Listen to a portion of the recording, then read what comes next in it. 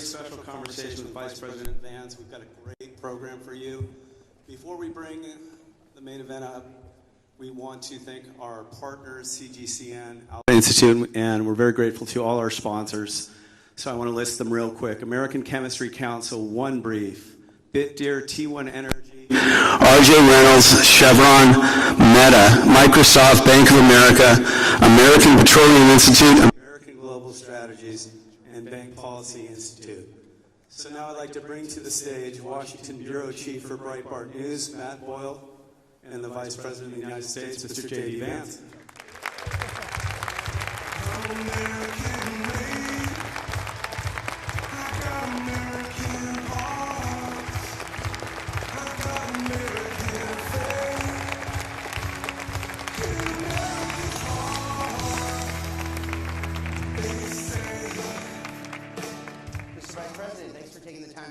Absolutely. Well, I love to be here with all of you. It's a beautiful building and a beautiful morning. I always joke with Matt, but it's actually not a joke. I'm being dead serious, that this is the most well-sourced journalist in Washington, D.C. And if you remember maybe 6 months ago, maybe it was actually a year and a half ago, when there was this big conversation in the Washington Post about what do we do to actually get in touch with the other half of America? How do we actually make our journalism more appealing to the half of the country that doesn't agree with far-left politics?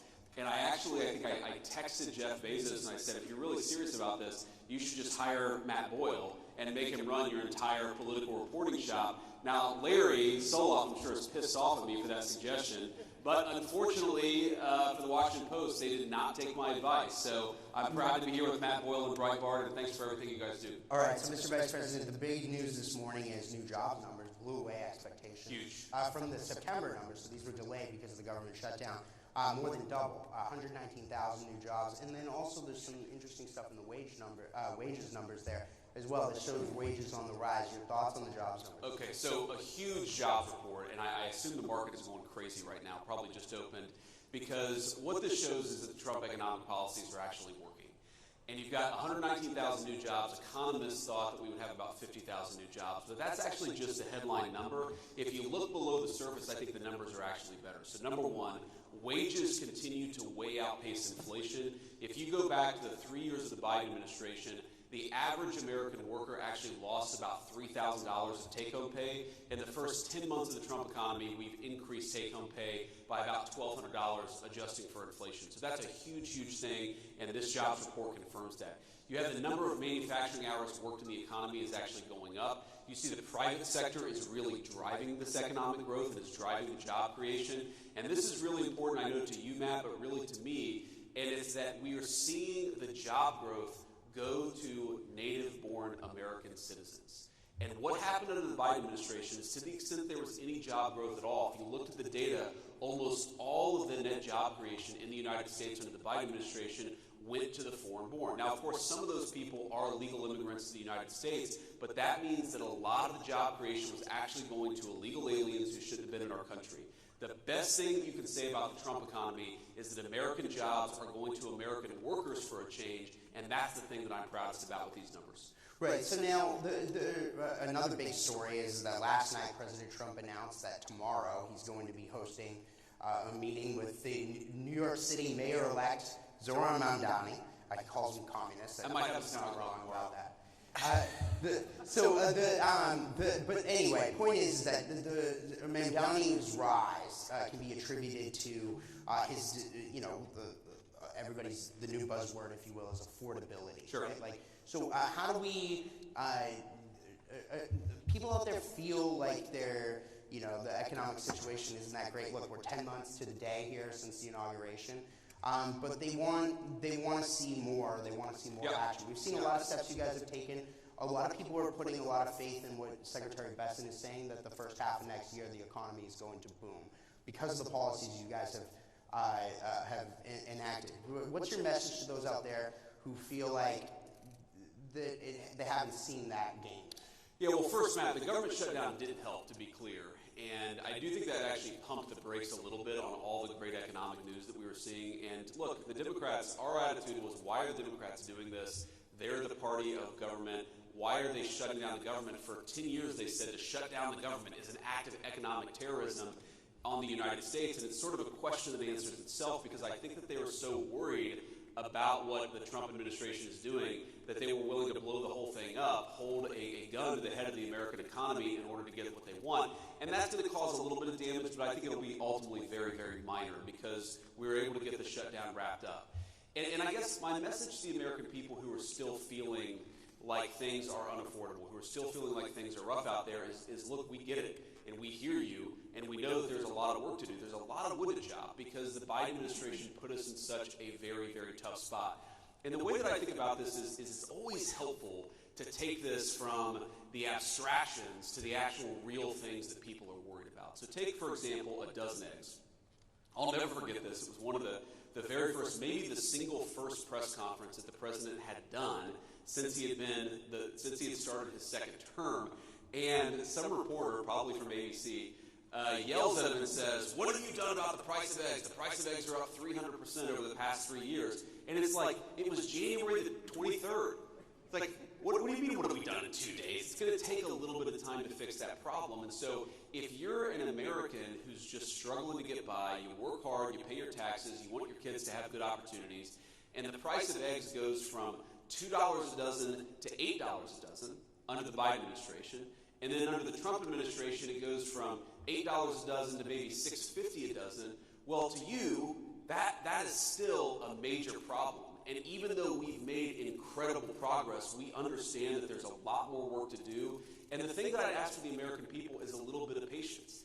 This economy was not harmed in 10 months. It took a deliberate 4-year administration that was making life harder for everyday Americans, that was importing foreign workers instead of giving jobs to American workers, that was over-regulating, over-taxing, overspending. They were doing everything wrong. And as much progress as we've made, it's going to take a little bit of time for every American to feel that economic boom, which we really do believe is coming. We believe that we're on the front end of it, but we also recognize that we've got a lot of work to do to undo the damage that Joe Biden did to the American economy. And the last one I'll say, Matt, let's be honest, it's not just Joe Biden.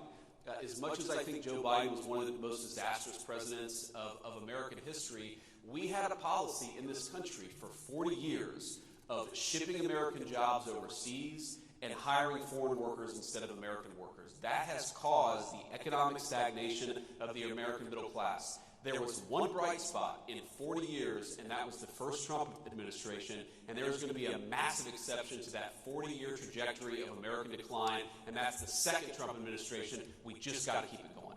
Right. So now we're a year removed from you and President Trump winning a massive electoral victory in November 2024, and we're just a couple of months since our friend Charlie Kirk was brutally murdered by a radical leftist. But at the same time, we are seeing some, whether it's inside Congress, outside Congress, some divisions in the MAGA movement, and I get it that there's this issue, that issue, whatever. What would be your message to how to reunify this movement for the fights ahead, whether it's the midterm elections, 2028 and beyond?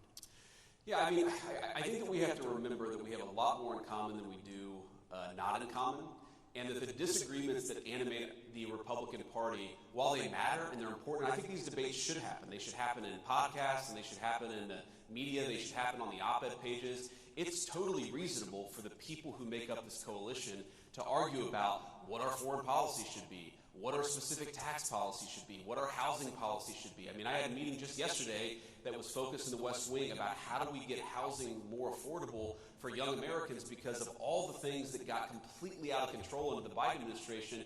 You had homes that doubled or tripled in price depending on the geography in 4 years under the Biden administration. We've got to solve that problem for our young people so they can afford to buy homes, start families, and actually build their own American dream. So I think my attitude is, let these debates play out. But don't let the debates that we're having internally blind us to the fact that we are up against a radical leftist movement that murdered my friend a couple of months ago, and that would throw many people in the Trump administration in prison, not for doing anything illegal, but for not following the far left's agenda. That is the real opponent here. A political movement in this country that has no animating principle, that has no agenda for the American people. Their sole obsession is to take down Donald Trump and anybody who helped Donald Trump govern. Focus on the enemy, have our debates, but focus on the enemy so that we can win victories that matter for the American people. That's my message. Right. So now, one of the things that powered your guys' victory, I think, a year ago was a political realignment in this country, where we're seeing working class people shift to the Republican side, and the Democrats, frankly, are becoming the party of the rich. There was a new report that our partners here that put on this event, CGCN, published a couple of weeks ago called Class Dismissed 2. And in this report, they go into detail about how some of the numbers on this political realignment. 75%, more than 75%, of the top 30 income congressional districts are represented by Democrats. Yep. That's a totally new thing. The last three presidential elections, the Democrats' counties were represented more than 60%, in the case of the 2020 election, more than 70% of aggregate GDP in this country. President Trump won counties 30-something% in each of those elections. So your thoughts on what we're seeing now with this political realignment from those statistics? So let me say a few things, Matt. So first of all, I think that part of what you see as division in the Republican Party is a consequence of this realignment. We have a new governing coalition. We have a new political coalition. We have people who didn't used to vote Republican, and frankly, they have different preferences sometimes on certain issues than maybe the Ronald Reagan or George W. Bush Republican Party did. I think the Donald Trump Party is a fundamentally new phenomenon in American politics. I think that it can govern the country successfully for the next generation. But some of those divisions you talk about are just a natural outgrowth of the fact that we've got a lot of working class voters who frankly don't care what was Republican orthodoxy 25 years ago, and so they're pushing the party in a different direction. And again, I think that debate is natural and normal, and it's something that we should frankly lean into, recognizing that the far left is really the problem we have to confront in this country. The second thing that I'll say about it, Matt, is I think it's a great thing. You know, and I'm biased. Obviously, I grew up in a working class family. I was raised by the kind of people who were blue dog Democrats, socially conservative Democrats in the 80s and 90s, and have turned hard towards Donald Trump's Republican Party. These are the people who built America's greatest icons, who built America's greatest buildings, who drive our food into the grocery store every day. They are the human beings who actually make this country run. I'm proud of them, and I want to keep the Trump coalition together. That's one of the things that we have to do in 2026. And this is my third point, and this is tough, because one of the things that was true of the Democratic coalition in, say, the 1990s is that because the Democratic coalition in the 90s was more upscale, they showed up, the Republican coalition in the 1990s was more upscale, they showed up in midterms. So Republicans tended to do a little bit better in midterm elections in the 1990s than, say, Republicans do today. And that's because while these working class voters are great, there are also people who don't necessarily show up to vote in the midterms all the time. We've got to motivate them. We've got to get them out to vote. I think that's one of the lessons that we learned in Virginia and New Jersey is that when Donald Trump is not on the ballot, you've got to give people something to actually believe in, something to be inspired by to get out there and vote. They're not going to vote just because you have an R next to your name. You've got to speak to this new working class coalition. And the one worry that I have when I look at so many of our great congressional allies, I do think that some of our folks in Congress, they want to go back to the Republican Party of 20 years ago. That Republican Party was a Republican Party that lost and that couldn't successfully govern the country. We need to lean into this new coalition, do a better job serving them, and that's how we get them to show up in these midterm elections so that we can win not just presidential races, but midterm races too.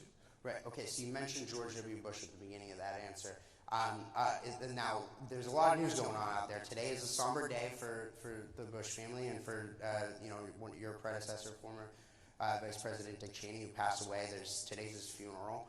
So I wanted to see if you have any thoughts on our message to the Cheney family. I know there was some misreporting out there about whether or not you were invited to that or whatever. But outside of that, there's also another big report that came out a couple of days ago about how George W. Bush and the people around him are plotting for retaking the Republican Party from President Trump and you down the road and going back to the old way of doing things. I guess they don't like to win, but the point is that that's out there. So any response to that as well? Well, first of all, my condolences go to Dick Cheney and his family. Obviously, there are some political disagreements there, but he was a guy who served his country. We certainly wish his family all the best in this moment of grieving. On the issue of George W. Bush, I mean, look, as you know, Matt, I don't put stock in any story that doesn't come from Matthew J. Boyle at Breitbart News, so this could be totally fake news. But I definitely think, and you already see this, you saw this in 2020, you're going to see it in 2025 and 2026, there is an effort to try to wrest control of the Republican Party away from the voters and away from the coalition that really delivered the big victory in 2024. I think it's a huge mistake. Look, the American people don't want stupid wars and America's jobs going overseas and wide open borders. That is, whether intentional or not, that was the legacy of the Republican Party that came before Donald J. Trump. I'm glad the president got us away from that Republican Party. It lost, but it was also a disaster for the United States of America. Let's actually have a foreign policy where we focus on the interests of American citizens. Let's have an economic policy that's about building in the United States of America rather than shipping all of our jobs overseas and getting Wall Street enriched in the process. Let's have an economic policy that's about more self-sufficiency. I mean, I have 3 kids. I have an 8-year-old, a 5-year-old, and a 3-year-old.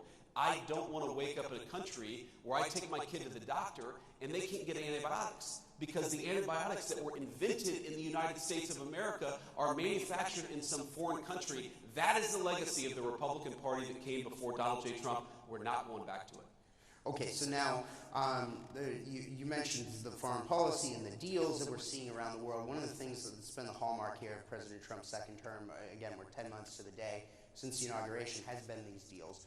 We were going to try to do this event last month, but I know you got called over to Israel on the Gaza deal. Sure.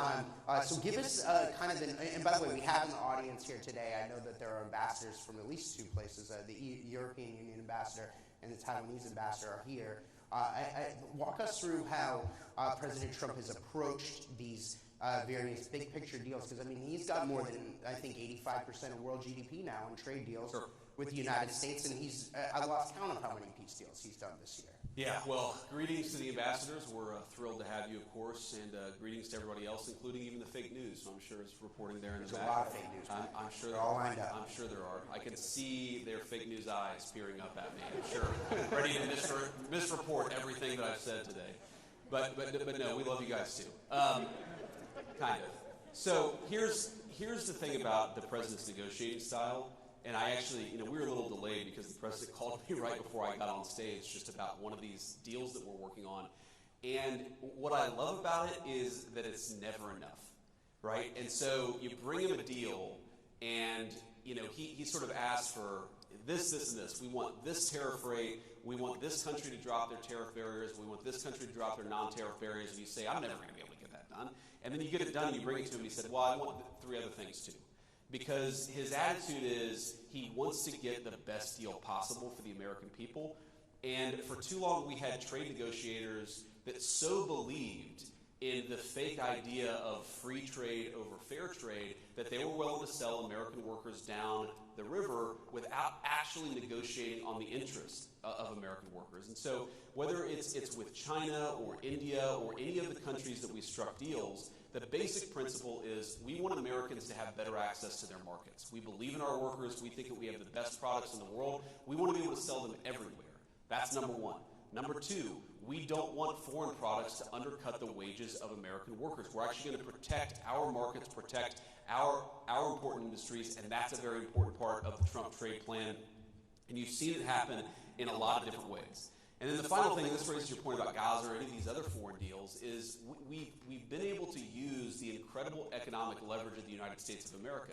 I mean, we're 25%, probably a little bit more than that, of the world GDP. Why don't we ever use our economic leverage to achieve peace? Because when countries aren't fighting each other, when they're actually using their economic talents to manufacture good things rather than weapons to kill each other, then that actually creates incredible economic opportunities for Americans. And that's what the president, that's why he's so focused on peace. He's fundamentally a humanitarian, and we've got 8 peace deals at this point. We're working on number 9 and number 10. And I think that, if he gets number 10, purely for mathematical harmony, if he gets to 10, the Nobel Prize should be awarded to Donald J. Trump, even though he certainly earned it with the first 8. But I also think that there's this sense that while he wants to save lives, he also sees a world where people are engaging in commerce with one another rather than killing one another. And he just, he's a tough guy, but he's not a violent human. Like he's not a person, who I think understands violence at a sort of fundamental level. It's like, why don't you stop killing each other and start trading with one another? Why, rather than Russia and Ukraine killing one another, why don't they actually engage in some commerce with one another, travel between the two countries, engage in some sort of cultural exchange?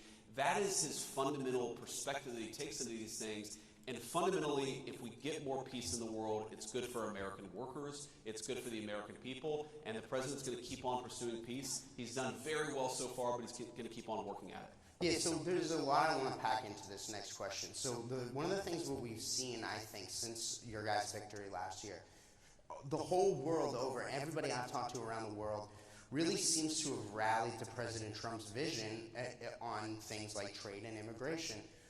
I just saw, and particularly with regard to China and how we need to have a better deal with regard to there, and we just saw the president get back from there. Yep. I just saw comments that Pope Leo made about immigration. He said, just the other day, we did a huge story on it on Breitbart last night, that every country should get to decide, I'm paraphrasing him here, every country should get to decide who gets to come in. I mean, that's amazing to see that from the Pope himself. Sure. Your thoughts on more broadly how President Trump really does seem to have electrified the world and woke them up to these major issues that we're talking about here. Yeah. Well, Matt, I'm a devout Catholic, so I followed those comments closely, including on, of course, Breitbart.com. And that's my third Breitbart shout-out. I've done pretty good, right? Not bad. Okay, thank you guys. But it's interesting because you may not know it, judging purely from the comments of some people on social media, but the Catholic Church's views on this are actually quite clear. And it's that, yes, you must treat immigrants humanely. On the other hand, every nation has the right to control its borders. And obviously how you strike that balance is very important. But there's a lot of room there to actually control your own borders for the sake of your own people. One of the things, Matt, that always frustrated me about the immigration debate is that we ignored how open borders were not actually good for the dignity, even of the illegal migrants themselves. You had little kids getting sex trafficked. We had 300,000 missing children under the Biden administration that the Mexican drug cartels had brought into our country. You had cartels using, in some cases, 9 and 10-year-old children as drug mules for their activity. Border security is not just good for American citizens, it is the humanitarian thing to do for the entire world. Because when you empower the cartels and when you empower the human traffickers, whether in the United States or anywhere else, you're empowering the very worst people in the world. Now, you've seen this in Europe, you've seen this in a whole host of places, but it's almost like Europe and America got this idea in their head that to control your border at all was fundamentally uncompassionate, maybe it was even racist and bad. The president and I reject that wholesale. Putting the interests of your citizens first, it's not some ancillary thing. It is the very purpose of government. I am the American vice president.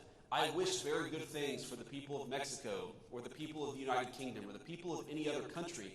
But my priority, my charge is to look after the people of the United States of America, and you cannot do that if you're flooding the country with a ton of illegal immigrants and the drugs and the crime that they bring. Yeah, so the last question I've got, please give them applause for that one. That's incredible. Okay, so Mr. Vice President, the last question Even the Washington Post applause. I know, I think they did. So I got fired. So Mr. Vice President, the last question I got for you on that note, is that there's a big discussion right now about health care in this country. Yes. The ACA subsidies expire at the end of the year. There's a lot of questions about what's going to happen about this. The Democrats shut the government down supposedly over this. But where does this go? What do we do to address healthcare prices and premium prices and so on and so forth? What does that look like? Is it a reconciliation plan? Walk us through what happens. So what's so crazy about this, Matt, is right before the government shut down, we had a meeting with Hakeem Jeffries and Chuck Schumer in the Oval Office. Is this where they get President Trump gave them the MAGA hats? Yeah. this is not just that. But the president whispers to one of his personal assistants. They're all very good people. And she kind of runs off, and I think to myself immediately, oh, what the hell have I gotten myself into? And she comes back with 2 Trump 2028 hats to give to Jeffries and Schumer. And then he has the photographer come in and he points at Jeffries as he's holding the Trump 2028 hat. And he's like, he says to the photographer, make sure Hakeem gets that. I'm sure he's going to want to use it in his campaign advertisements. And it was like a hysterical moment. But when we got to the serious stuff, and they said, we really want to address the healthcare problem confronting the American people, the president said, well, absolutely. We agree. We want to address the healthcare problem confronting the American people. In fact, you people screwed it up with Obamacare, the Unaffordable Care Act, and now you're coming to us saying, let's fix it. Great, let's fix it. And then they said, I think they were kind of caught off guard, and they're like, well, but we want the fix before we're willing to open up the government. And the president was like, that's like 3 days from now. You want us to fix American health care in the next 3 days, and unless you do it, you're gonna shut down the government? How about we open up the government and then work together to fix American health care? And of course, we know the history. They rejected it. They shut down the government. But I don't want to get ahead of the president, Matt, because we had a very, very good meeting in the Oval Office yesterday. I think that we have a great health care plan come together. I think that it's going to get Republican and Democrat support. And I think the president, look, right now, the American people get crap health care and they pay way too much for it. You have people who are paying thousands of dollars a month in premiums for a family of 4, a family of 5, and the access to health care is really low. This system is broken. The Democrats broke it, but who cares? We're going to work together if they're willing to fix it. And the interesting thing, Matt, is, people say, this is one of the things I love about the president. People will come to the president and say, no, don't talk about health care. That's a graveyard for Republicans. Republicans always lose on health care. And the president's like, I don't care about the politics of it. This system is screwed up for the American people. We need to fix it. So let's go and do it. Politics be damned. I love that. That's leadership, and that's exactly what we should want coming from the White House. Mr. Vice President, I really want to thank you for taking the time here. Thank you, Matt. Good to see you guys. American made. I got American hearts. I got American faith. In America's heart, they say our reputation needs a new coat of paint and a delicate melody.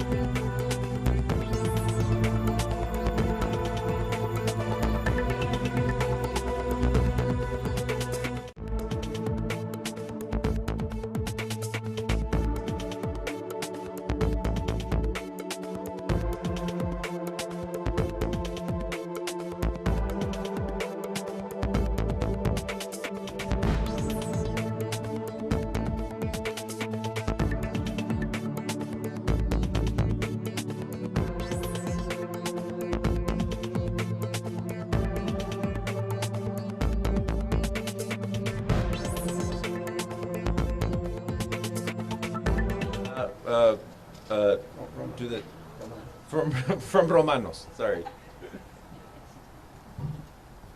Y todos los demás preceptos se resumen en esta fórmula: amarás a tu prójimo como a ti mismo. La caridad no hace mal al prójimo. La caridad es, por tanto, la ley en su plenitud. I do not have the translation, but this is about loving thy neighbor. Esperamos que esta administración pueda practicar el amor que Dios tiene con sus vidas. Si Dios les da la vida y les da generosidad de poder estar sirviendo en este país y que sienten el amor de Dios, también que ellos practiquen el amor de Dios con este hermano García que necesita justicia. We expect that anybody that avows to be a Christian to abide by the Bible and understand that Quilmar is also our neighbor and Quilmar also deserves respect and compassion. Como Jesús nos dijo, un solo mandamiento le doy, que se amen los unos a los otros como yo los he amado. Si nosotros decimos que amamos a Dios, tenemos que amarnos entre nosotros mismos y no tenemos que hacer injusticia a nadie. Like Jesus said, we must all love our brothers, we must all love one another, and this is the expectation that we should expect of this government. Que Dios ilumine hoy a los jueces que van a tomar una determinación que sea saludable y que sea con justicia y dignidad y que no tenga ninguna ley política ni ninguna ideología que se preste a injusticias. May God illuminate the judges today and act in accordingly, and should not be informed by any ideology or any practices other than the law, and may they practice what they preach. Que la justicia sea como el río que dé vida y que ilumine y transforme, y que cada uno de nosotros sigamos unidos en Cristo luchando por la verdad y la justicia. Amén. Amen. May justice reign, and may we all follow the rule of law. I apologize for that weak translation of the powerful words of Padre Vidal. I'm not a professional interpreter, and appreciate your patience on that. But what I do want to share with you today is a little bit of where we are and how we came to this moment in time.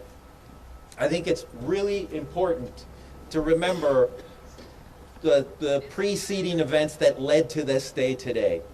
Last time we were here together, we were preparing to hear arguments in that courtroom about the government's attempt to send Quilmar Arrego Garcia to Uganda.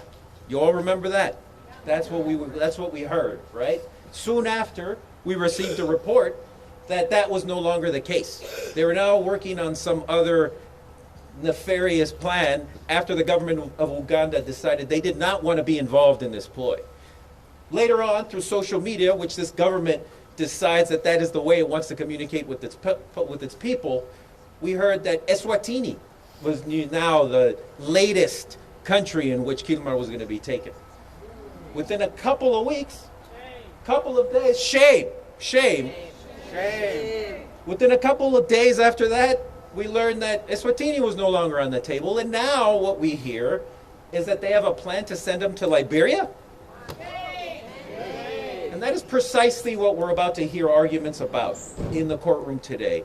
This judge, standing up for justice, standing up for the rule of law, is asking the government to explain itself, explain why they have chosen Liberia, what their plans are, and whatever happened to Costa Rica, and why that's off the table. We understand there'll be a witness from the Department of Justice, the Department of so-called Justice, that will be arguing today why Costa Rica is off the table and Liberia is on. Well, I got to admit that I'm actually impressed that Stephen Miller and Donald Trump can name 3 African countries, right? It is obvious that just by naming and threatening the deportation of an African country is of itself a punishment against a man whose sole crime was to seek justice and to ensure that the rule of law is being followed. So today, we want to make sure that we stand here united. We want to make sure that Gilmar, his family, understands that we are by his side. We will not let this go silently into the night. We will work with him. We will continue to stand by him as he has bravely denounced and fought for his rights. He's denounced this injustice. He's fought for his rights, and in such admirable, brave ways. You all remember that only about 3 days after he was released, you all remember how first he was taken to El Salvador, taken to one of the most notorious jails in the world, tortured and beaten at the Secot jail, brought back to the United States, taken to Tennessee, where he was charged, again, unlawfully for crimes he did not commit. Shortly thereafter, the judge there released him, and in the course of 2 to 3 days later, he was forced to appear in Baltimore for a supposed check-in. You all remember what happened in Baltimore, right? Yeah. He was taken in front of our eyes. He was taken again, and in social media, we saw how he was shackled and chained and escorted into an elevator in an office building. Shame! Shame! And again, why was that? Nothing more and nothing less than to detour you all, send a message to you all, send a message to him, that that's what happens when you fight for justice. That's what happens when you stand up for your rights in this country, in this administration. You're going to let that happen? No. Absolutely not. And let's remember what Gilmar bravely said while he was being taped and that propaganda, social media that DHS tried to reveal when they tried to humiliate him and tried to shackled him and escorted him to that elevator in Baltimore. You all remember what he said when he looked straight into the camera? He looked straight into the camera and he said, "Gobierno corrupto," as he was taken to the elevator. Who knows what that means? Corrupt government. And that is what he's fighting against in his own way. They are trying to muzzle him. They are trying to keep him from seeking justice. But are we going to let him? No. Absolutely not. So this is why we are here today, because we're not going to let anything, we're never going to allow any court proceeding to happen in silence. We're never going to allow any of these proceedings to happen in a way in which the American public is not shown the injustice and the farcity of which this court here, of this whole process is being underscored. So I am proud to be here with our allies. I'm proud to be here with champions of justice and our champions for the immigrant community to make sure that none of this goes unseen, goes unheard, and we fight the government every which way. Because one thing we're doing is we're taking names, we're taking notes. We will seek justice. We will have justice no matter what we hear from the court today. So, justice! Justice! Justice! Justice! Justice! Justice! Thank you.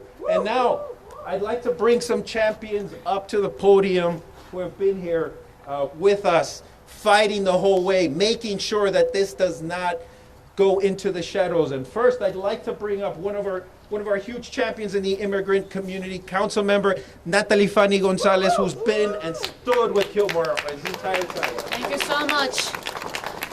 Good morning, everyone. Again, my name is Natalie Fanny Gonzalez. I'm a council member in Montgomery County, and I'm proud to stand with our immigrant community and our allies. I'm an immigrant myself, and when I came to this country many years ago, I was a teenager, not that young at this point. I remember that my mom told me, we're gonna move to the United States because that's a nation that believes in protecting people. That's a nation that respects the rule of law. That's what my mom told me. And as I look back, I think that this country is changing in front of our eyes. When we stop respecting due process, we stop respecting democracy. We stop losing our values, and we cannot allow that. That's what's happening today in this case. As Americans, and now I love this country. I love the United States of America. I am so proud to be here, and I'm grateful. But we cannot just close our eyes and think that what's happening today in this nation can be avoided. You need to speak up. And due process is part of those values that we embrace when we say that we respect democracy, not just here, but around the world. So thank you so much for having me, and we're going to keep fighting to respect our values, to respect our immigrant community, and to ensure that we are moving forward as a nation. And that's never going to happen if we don't speak up and show up as we're doing today. So thank you for having me today.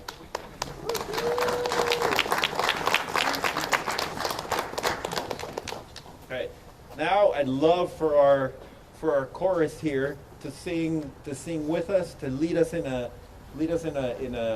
great prayer chair. Yes, that'd be great.